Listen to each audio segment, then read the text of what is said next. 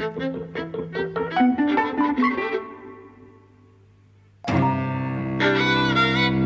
and welcome to Eavesdropping at the Movies. I'm Mike. And I'm José. And today we're talking about Uncharted. Yes. Which is a film I really wasn't looking forward to very much because it's based on a series of video games. Yes. PlayStation games that I love. Yeah. Tell us a bit about those video games because I don't know anything about them. Yeah, so the Uncharted series started in 2007 and there have been 5 main games in the series. And it follows this character called Nathan Drake. And one of the things about people wanting to see in a movie version, they wanted to see Nathan Fillion cast as him, who's an actor who was in Firefly, Serenity, and a few other things, but he's never been a huge star. I never heard of him. No, well, I'm surprised that you haven't heard of him, but he's never been a huge star. But there was a short film, a fan movie made of Uncharted, which had him in it in the main role, and it was good. Like, it wasn't an amazing movie, but it really sold him as the guy. The thing is, by the time this film's being made, he's really too old for it. And what they've done is they've cast younger anyway, because they're treating this as a kind of origin story for the character of Nathan Drake. So Tom Holland plays the role. And it's a different story from what you get in the games, because you do see the origins in the games, and it's different. And that's kind of one of the reasons that I really enjoyed this film, is because it's just treated as a totally different thing, really. Yes. It references the games an awful lot, but it doesn't...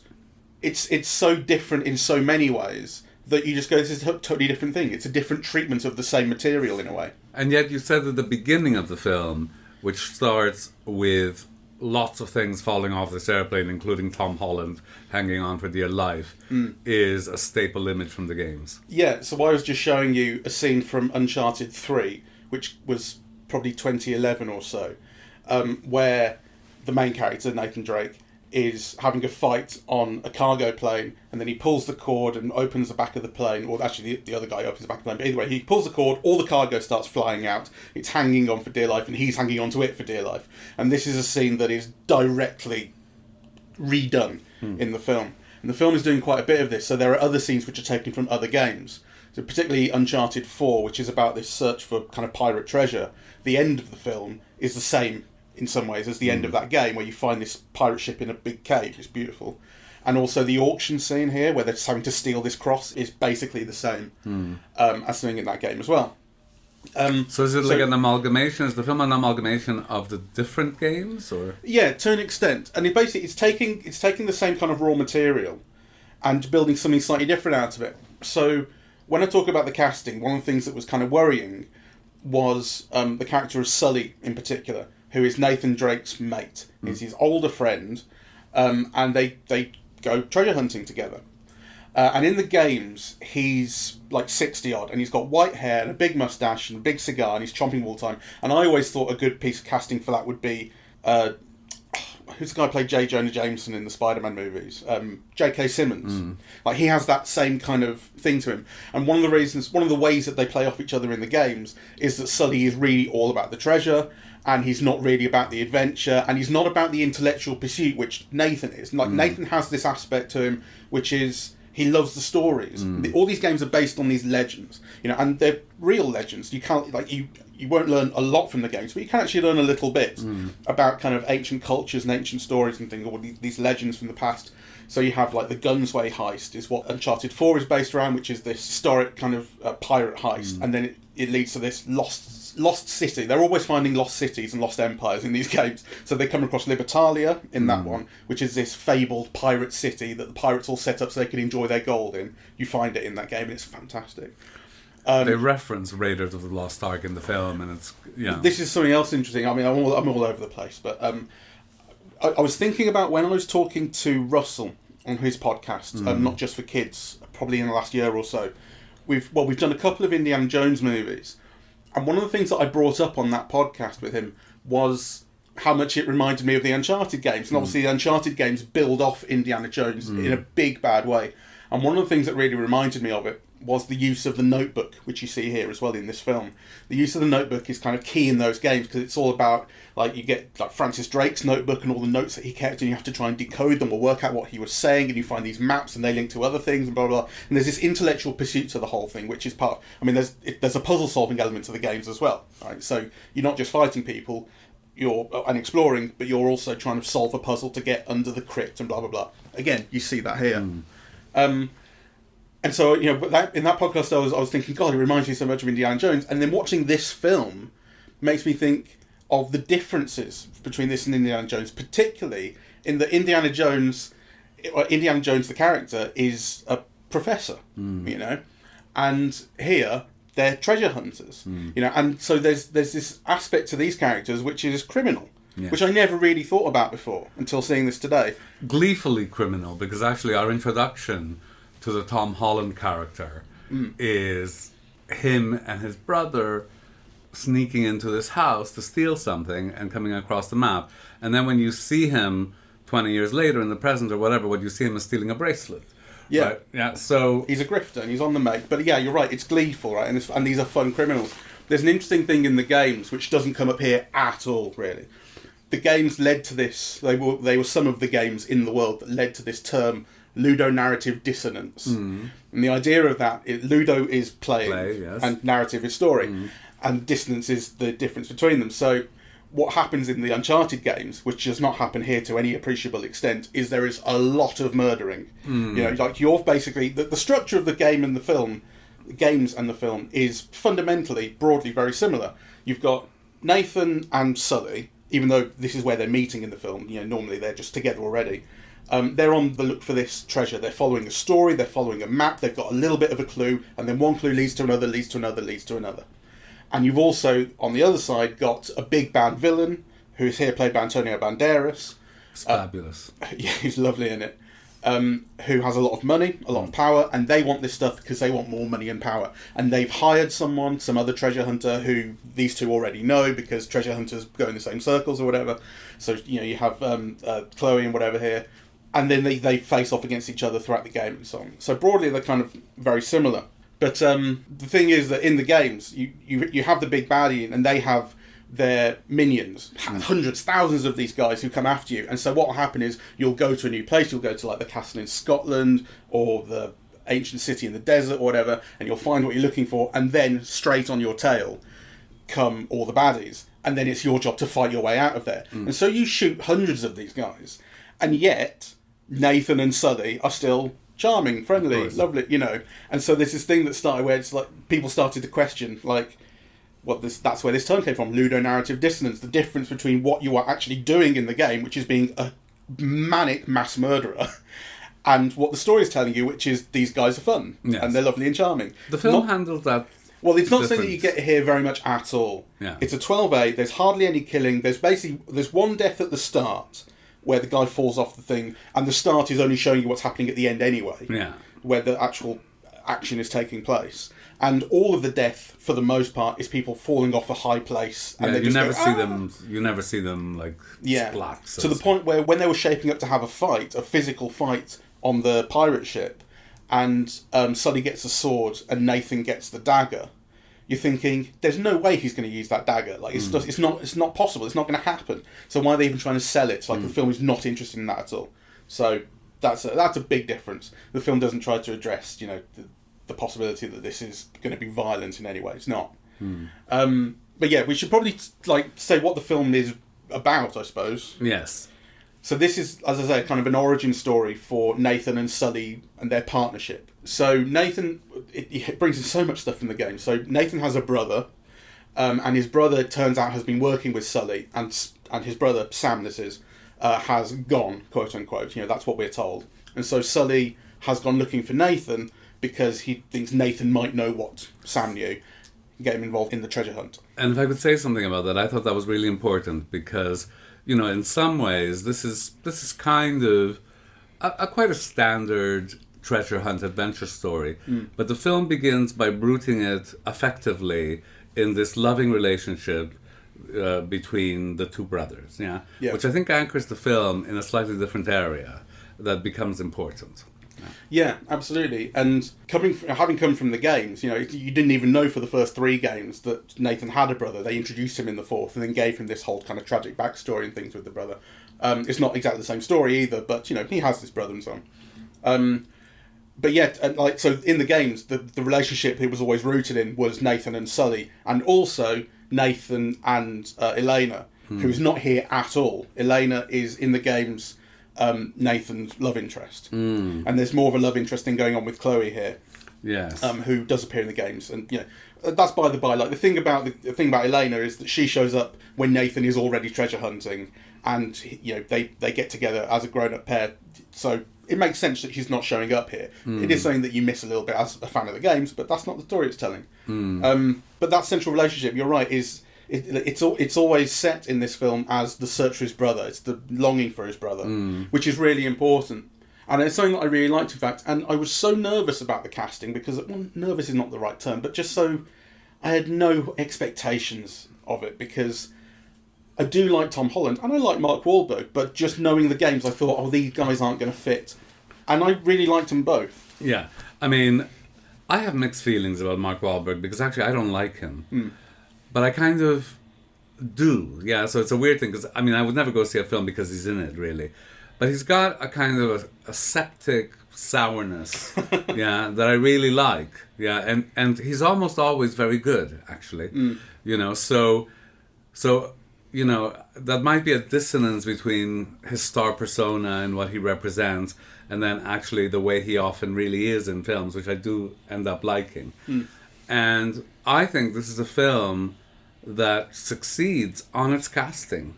Right, because, in many ways, it's a by-the-numbers adventure story. I mean, it's quite well done, right? But it's not particularly, dazzling or impressive in any way. No, the action scenes are fine. I would agree with that. It's great to be in, those exotic locations.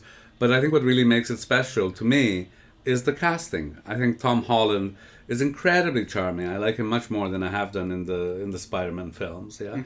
I think it's the first time I've seen him carry, a different type of film, and he's actually excellent. I was thinking it's a film that demonstrates his star persona. He is a star. He's a star. Another, because in Marvel, he's amongst other people, and he's one of the bigger players in that. Spider-Man is one of the bigger characters, but he's always amongst other stars. Here, he's carrying it by himself, basically, and he does it. Yes, because Mark Wahlberg is really, I mean, he's very good and he's very effective, but it actually is a supporting part. Yeah. It's maybe the central supporting part. Yeah, but the film is about the Tom Holland character and his relationship with his brothers and why he's resolving the crime and, who he might or might not fall for. And absolutely. He's the central character. But I wanted to say something about the casting because for me it's really crucial. So, I was just going through the wiki page to try to remember everybody's names, really. And, it mentioned how the reviewer in Empire didn't go for the Antonio Banderas character. And let me see what he says so I can quote it accurately.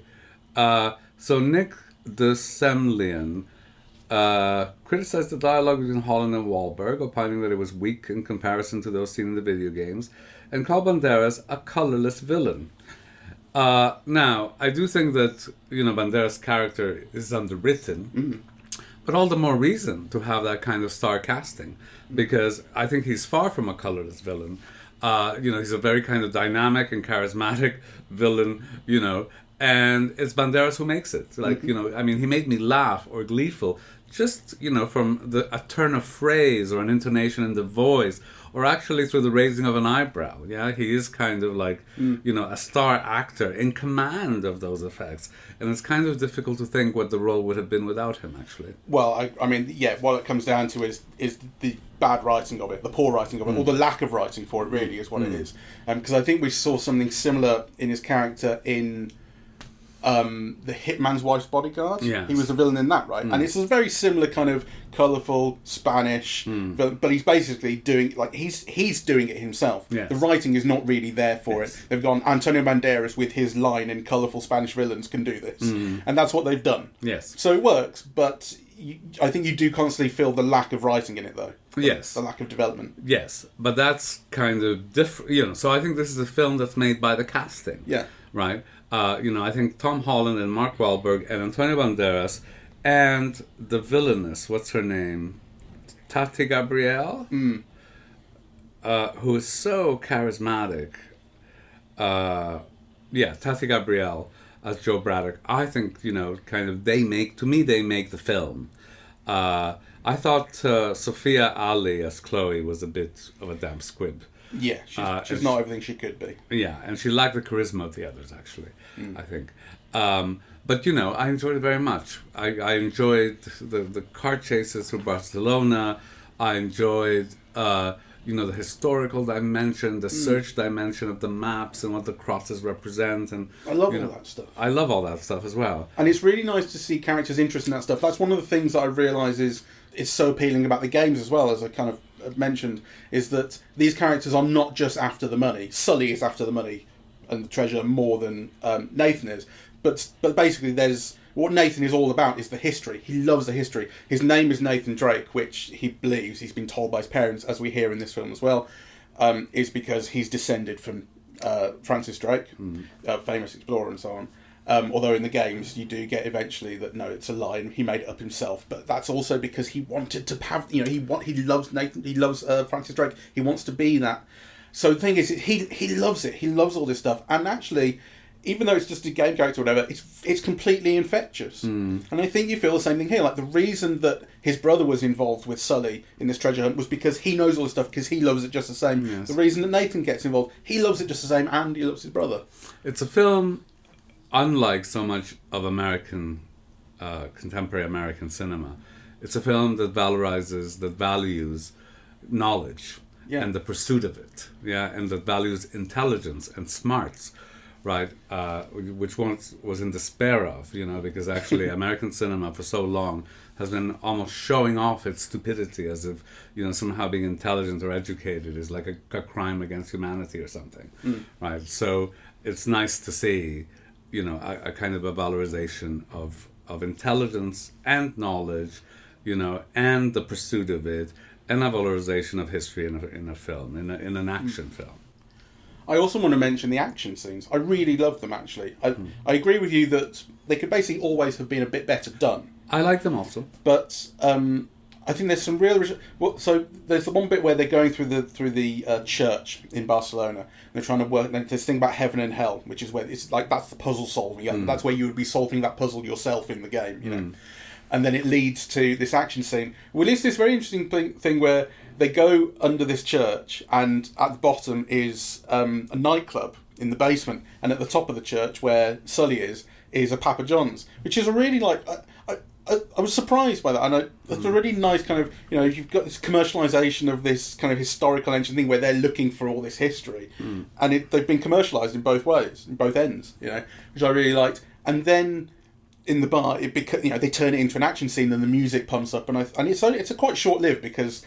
Well, it's just a short action scene. They're trying to get out of the place, basically. But I really loved it. I thought it came out of nowhere, really, and I really, really enjoyed it. What I really liked about it, and this might be an effect of the video game, I have this thing about the geography of the scene, and wanting to know where you stand, and if somebody punches there, you fall there, like to be clear about how things are happening, because as a child, for me, part of the fun in reading Batman comics and seeing action sequences was that you felt yourself doing them, or you wanted to do them, and you felt, okay, well, if I fall like this, where do I put my foot in order to get up, right? That was part of the pleasure, and I think that's all lost in, kind of that huge constant cutting that you get in contemporary action sequences. But this is a film where, you could play with that. You knew that, kind of. If a punch is there, the person lands there. And actually that was very well signified by the opening sequence of things falling down from the airplane. You always knew where you were and what the effect of a particular action would be. Yeah. And I love that. It made me enjoy it all the more. That's one of the other two action scenes I want to pick up on. So the falling out the plane scene, which we've mentioned, key scene from the games, and it's done here, is shown twice. And normally this is in a way that I find quite annoying, which is where you open with the most exciting... The games have done this as well. I think number 2 and number 4 both opened with the most exciting action scene, and then you went back to 3 weeks earlier. And I always hate 3 weeks earlier. I think in an episode of Rick and Morty it was described as I think people should just start their films when they start, and they can't just cheat by going to the most exciting bits to get your hooks in. But that's what it does. And save money on the production budget because they just repeat the sequence afterwards. Well, here's the thing. It starts off with, Nathan's on all this cargo. He wakes up and he's like, oh my God, I'm falling and I've got to try and climb up, and you see a bit of it. And then the rest of the film happens. And then when you get back to that scene, having had it teased a little bit, where you see the red Mercedes, and he says, "I don't want this scratched." That's my Antonio Banderas. And it's like, and of course, that this car's going to get driven out of the plane because you've seen it happen. So that's a nice little joke. And then when you get back to that scene, you get to see the other part of what's happening in it, because there's this fight happening on the plane where Nathan isn't, involving Chloe and Joe. And you haven't seen that start; those characters haven't been introduced yet. So actually, when Nathan jumps up on the plane, it's only you've had 2 shots just to keep up with him, but the rest of the story's been prioritised there, which is nice, right? So actually, you're not seeing the same thing twice. You're seeing the 2 halves of the story at different times, which I really thought that was good. Which is much better than seeing the same thing twice. And also, when it comes to scene geography and that kind of thing, when they're falling, he and Chloe are falling, and they're in the car. And they're having to chase down the cargo pallet that's got a parachute on it so they don't die. That's all done in one take. And obviously it's all done with CGI and face replacement and things like that. So it's very easy to do it with one take. But it's been considered, right? They've thought about how we're going to show this in one go, how we're going to move the camera around and so on. And it really, really works for me. I loved it. And the other action scene that I wanted to mention is the final one with these pirate ships being hoisted out of the water. So pirate ships, they contain all the gold, they've found what they're looking for, and then obviously the baddies arrive to lift them out of the water with helicopters and fly them to where they can sell it for $4.5. This is a clever conceptual touch. You had to bring the ocean into the sky. It's brilliant. I loved it. I thought, I kept thinking, this could be done a little bit better, but I still love the idea of it so much that it becomes this pirate ship fight in the sky where they're being levitated by helicopters. And they make such great jokes out of it. So you've got the thing of all the guys on the one ship. So you've got Nathan and Sully hijack the one helicopter. So then the other helicopter then has to give chase, And so you've got this one pirate ship following the other pirate ship in the sky. And then all the baddies from the one pirate ship swing on to the other pirate ship. Like in the classic movie. It's so, like Errol Flynn. It's so good. And then he does, he shoots the helicopter with a cannon that hasn't worked for 400 years. It's so good. And the idea, it was something that I did not expect in this film at all. It felt genuinely original. I didn't expect anything of that nature. And given the amount of references and things that they've drawn out of the games, I expected it even less, because basically everything had been to some degree copied from the games. I thought, no, this is something I've not seen before. And it's such a great joke. It was great fun. Yeah. Yeah. And if there were a sequel to it, I would go. Yeah, and I kind of hope there will be. And maybe they'll make a sequel where all of a sudden they're older and you get to see Nathan Fillion and J.K. Simmons in my dream casting. Probably not, but... Well, actually, I thought the casting was perfectly fine because, Wahlberg must be 50 now, so he's not that far off. In terms of age, he's about right, but there's just saying about... If you looked up a picture of Sully from the game, you'd go, no, it's just not the same. He's not the same guy, really. And actually, in that mid-credit sequence that I saw you stopped before you walked out and you saw it, he's given he's got a moustache in it, and he's given a cigar, which are like 2 key features of Sully from the games. So they're basically making the concession that that's who, we know who Sully is. We haven't just got rid of them completely. But that's not who he's been throughout most of the film, and it's just not really the same character. The other thing about the character of Sully in the games is that he does have more affection than he ever shows for Nathan here. And admittedly, they've only just met here, but there's this whole thematic through line with Sully here, which is about don't trust anyone. He's a guy with real trust issues, and his story ends up resolving in him eventually choosing the person over the treasure and saying trust me and I'll catch you. Right, so like he has a very clear character arc, but it's just not the same guy. Whereas the Tom Holland, as someone who knows the games, you go, oh no, this is actually pretty much the same guy. I know this, or at least it's a version of the character I'm completely okay with. And that's basically the way I feel about everything in this film. I feel completely okay, and as a fan of the games, and my experience has not been corrupted or damaged. It won't kill them. It's just a version. It's a little bit like The Walking Dead, maybe, where like there's the comics and there's the TV show and there's the games, and they're all a different version of the same material. Well, I didn't know the games. I enjoyed it very much. I thought the casting was fantastic. I thought the chemistry was really superb. The action sequences were very good. The set pieces were very good, including the auction, the running around Barcelona, around Montjuic Park, which had the combination of the action, but the action in exotic locations, right? The fight with the ships in the sky, I thought was like great fun. And it had like little other pleasures, which I was very pleased to see Stephen Waddington as the Scots henchman, the big Scottish guy. Yeah. So you might not know him, but he was the star of Derek Jarman's Edward II. Oh, right. Yeah, No, I've not, didn't know him. And I had a real crush on him about 30 years ago. So it was like nice to relive it. That's nice. So I highly recommend. Yeah, really surprising. Really surprising. And actually, they've just released a couple of remasters of Uncharted games recently for PlayStation 5, which obviously I've bought. And because I bought them, one of the things is that they sent me an email saying, go and have a free ticket to Uncharted the movie. Which just made me think, well, you're just piss scared that everyone's going to, no one's going to see this, everyone's going to hate it. Which is why you're giving away the free tickets.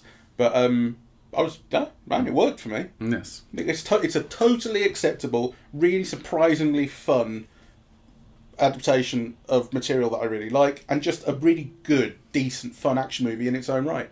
All right, well, on that note, thank you very much for listening. We are eavesdropping at the movies, and we are on Apple Podcasts, Audible, Google Podcasts, Spotify, SoundCloud, and YouTube. On social media, we're on Facebook and Twitter, and the website is eavesdroppingatthemovies.com. Thank you very much for listening. Bye-bye.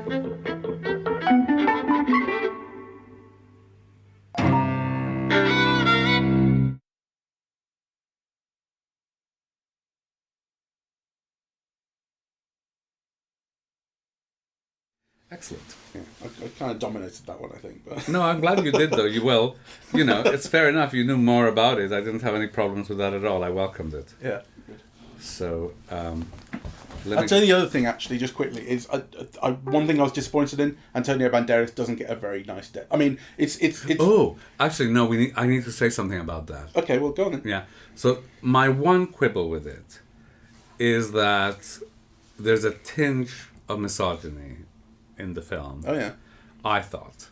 Right? So there's a kind of a gleeful... I mean, there are basically two women in the story, right? And mind you, they're not like traditional heroines, and one is in fact a villain, right? Yeah. But there's a kind of a gleefulness to the way that Joe is killed, which I don't mind. Yeah, the whole ship falls on her. But then when they're flying and they look down on Chloe, Yeah. there is a kind of So he's sent her to the wrong location, having learned not to trust her, basically, because we've seen him fall for it before, and now he's not. And so you see her in the boat, having gone to the wrong place, and they laugh at her predicament. So not hugely major in this type of film, but the combination of both those things in a film in which they are the central female characters just felt a bit... Yeah, I can see that. Misogynist to me. I can see that. Well, the thing about Antonio Banderas' death is it comes much more quickly than I expected. I thought it would be he'll be the big one to die at the end of the film. That's when it's going to happen. Mind you, again, having known the games a bit, that tends to be when that happens. And it also happens... So it happens much earlier than the end of the film, and it happens in a much less... ceremonial way than it would. He'd get a big action scene normally, or a big death, and here, just in the middle of talking about why he's here and his family and blah blah blah, he just gets his throat cut by Joe, and then obviously everyone's in on it, and she's like, right, this is ours now. All this treasure's ours. Fuck him. Which I didn't mind the surprise of it. I thought, wow, but I thought, God, he deserves a bit better than that, a bit more show. Yes. No, I mean, I think that is where it's underwritten. Because, in fact, there's two things. He could have done it, and it would have been great. But then, of course, you reduce her role in it. Yeah. And she is very charismatic, I think. She brings game to the film as well. Yeah. So I didn't mind that at all, actually. I think most of it works. It's just, I suppose, it's a shift in the dynamic, because he is the key villain. He's even though we've seen more of Joe and of Chloe, as it turns out, she's been working with him as well. He's the one in charge. He's bankrolling it. It's his operation. They're working for him. And so the change in the dynamic, that she just takes it upon herself to kill him and take it over, is interesting. But it does kind of rob you a little bit of what you would expect of his ending. I think they missed an opportunity in the sense that if they are thinking in terms of sequels, and I'm sure they are, then if I were them, I would have tried to figure out a way to keep Antonio Banderas and, is it Tati Gabrielle? Something like that? Tatiana Gabrielle? Tatiana Gabrielle. I would have tried to keep them both on for the sequels. Sorry, Tati Gabrielle, you're right.